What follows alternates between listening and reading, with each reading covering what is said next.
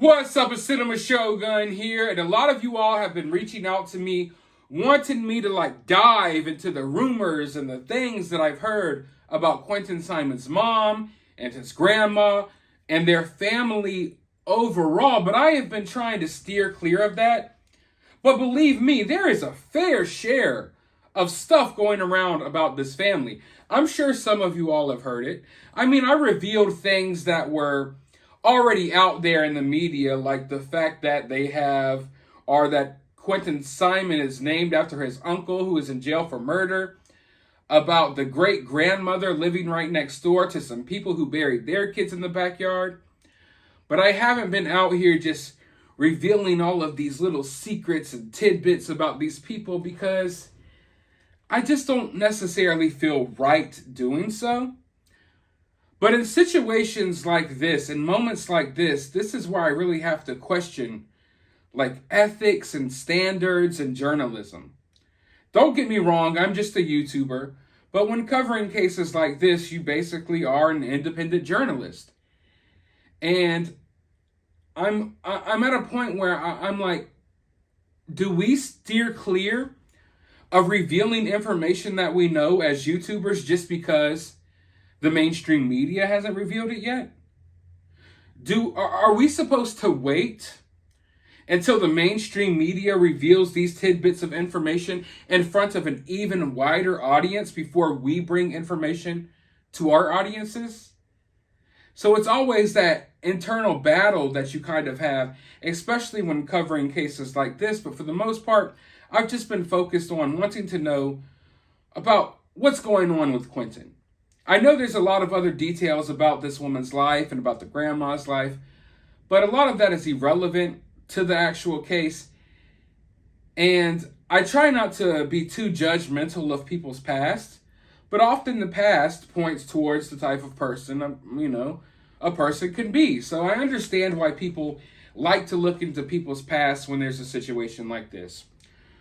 Well, there's no need for me to come out and reveal some of the information I know because apparently the mainstream media is doing it for me. And now an article just released with a few details about the type of person Leilani was. Let's just go ahead and dive right into the article. Quinton Simon's mom, Leilani, tried to overdose with kids nearby, and toddler's brother had bruises, and exclaims. A dad has expressed his deep concern about his son's safety and is questioning everything after his little boy's mom was named as the sole suspect in the presumed death of one of her other children. Police in Chatham County, Georgia said on Thursday that Leilani is the primary suspect in 1-year-old Quinton Simon's mysterious disappearance, and the evidence suggests that Quinton is dead.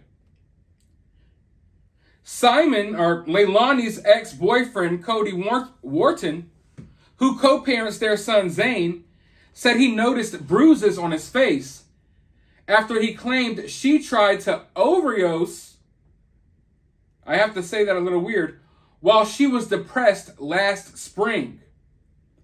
Wharton, who dated Leilani on and off since 2011 before they split, said he hasn't slept since police publicly named her as the primary suspect in Quinton's October 5th disappearance.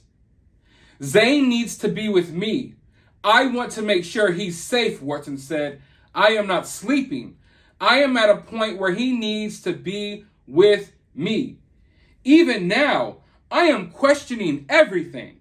Is he hurt? What is he doing? I don't want to get a call saying your son is hurt and going to the hospital.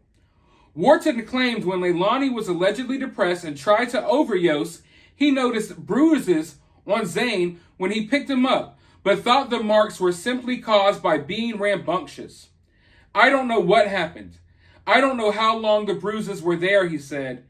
And when she was talking about overdosing, that scared me because my son was there. But what if she had OD'd and couldn't be there for 2 hours, and I couldn't be there for 2 hours?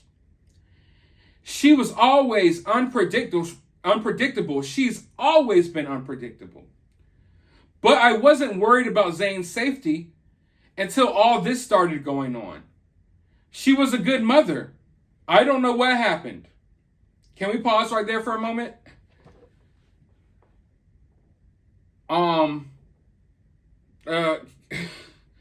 Sorry for even laughing, but everything this guy described was a horrible mother. And then he's like, she was a good mother. I don't know what happened. So I'm like, I know it's kind of like the cliche thing to say, but you're talking about this woman ODing in front of kids and bruises being on the kids when you pick them up. So I wouldn't say she was a good mother. I think this is a chain of events that people should have paid attention to. I think people should have paid attention to all of the red flags, because she didn't just wake up one day and this happened to Quinton.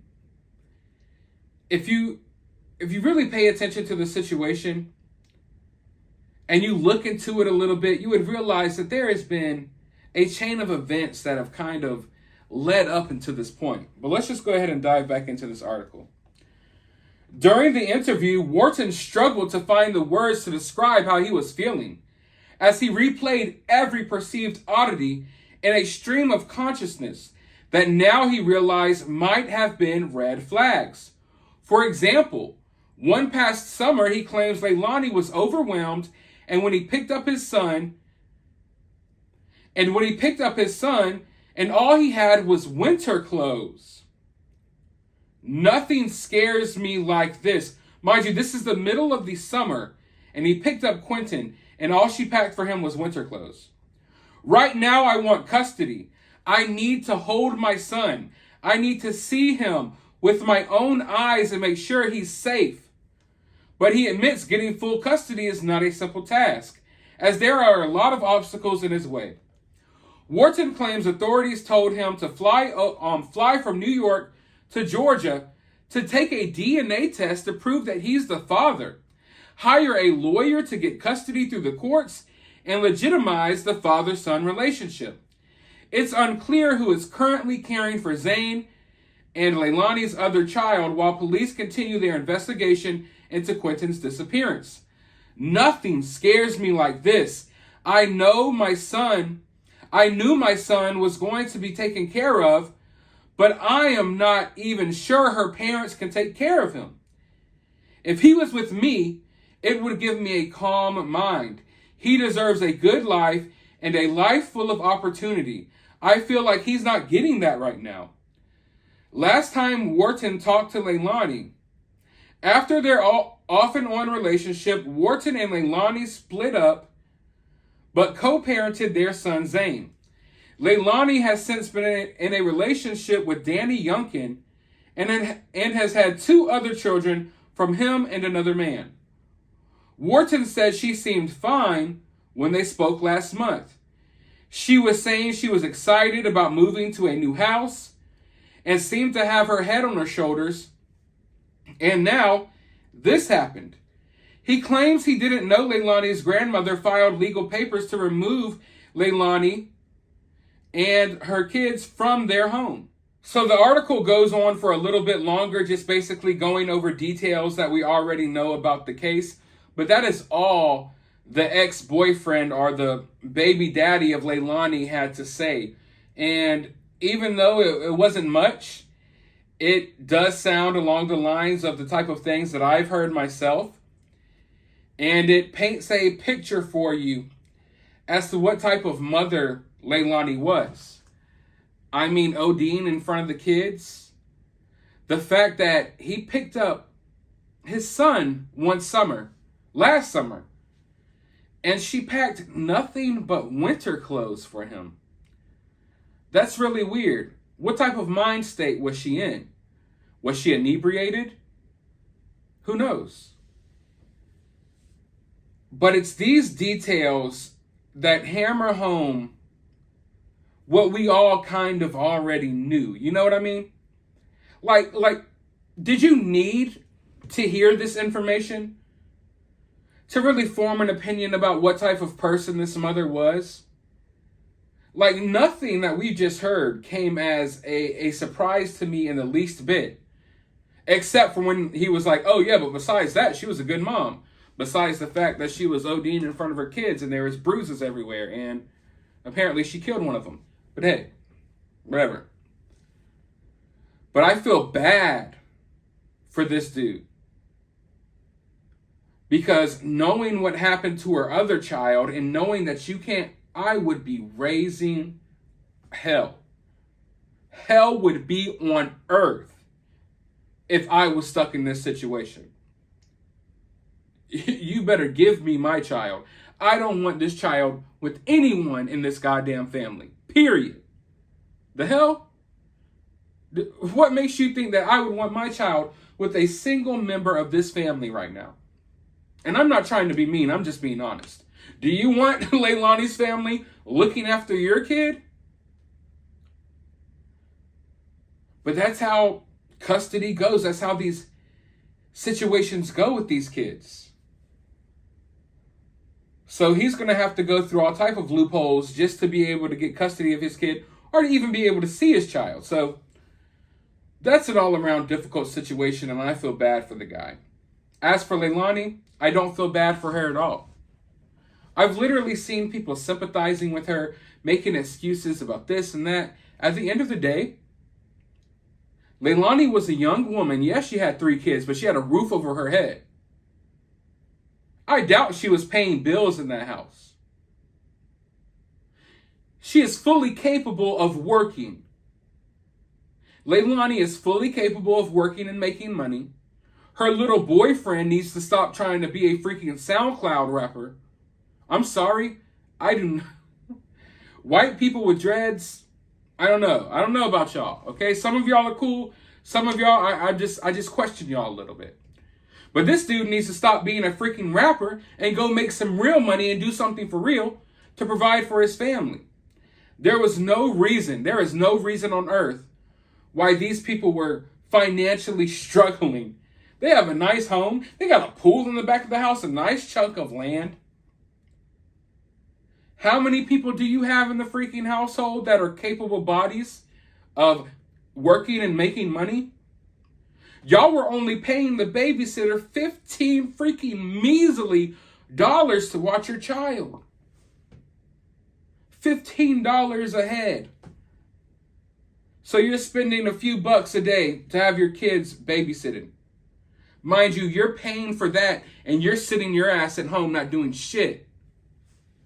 The babysitter said that. I would babysit them all the time. The mother wouldn't even be working and I'm babysitting them. For what? For what? So she could sit at home and get high and watch Netflix? I'm sorry, I have no sympathy for this woman. And I have no sympathy for people who, I know everyone has tough situations. We've all financially struggled, right? At the end of the day, there's no excuse why this little girl, and I call her a little girl because she acts like a little girl and she never took care of her grown woman responsibilities. There's no reason why they were struggling so much. They got a roof over their head and they are fully capable of working. Yeah, you're paying a babysitter so you could sit at home without your kids. It makes no sense. It makes no sense at all. But yeah, I mean, I'm sure as the days go by, more and more stuff will start leaking out about this woman. Like I said, as far as I'm concerned, I don't feel the need to just put out all of her personal business on blast unless I feel like it is necessary to reveal for this case. And yeah, I mean, I'm sorry. I don't know if you all can tell, but I have been getting really frustrated over the past day or so, going over this information and just thinking about Quinton out at the freaking landfill and thinking about the mother just not being arrested and the fact that she could just haul ass at any moment. And it's like I'm just halfway expecting for some crazy, stupid thing to pop off. But let me know your thoughts down in the comments below. While you're down there, hit that thumbs up button, hit that subscribe button, ring that notification bell, and I'll talk to you all in the next video.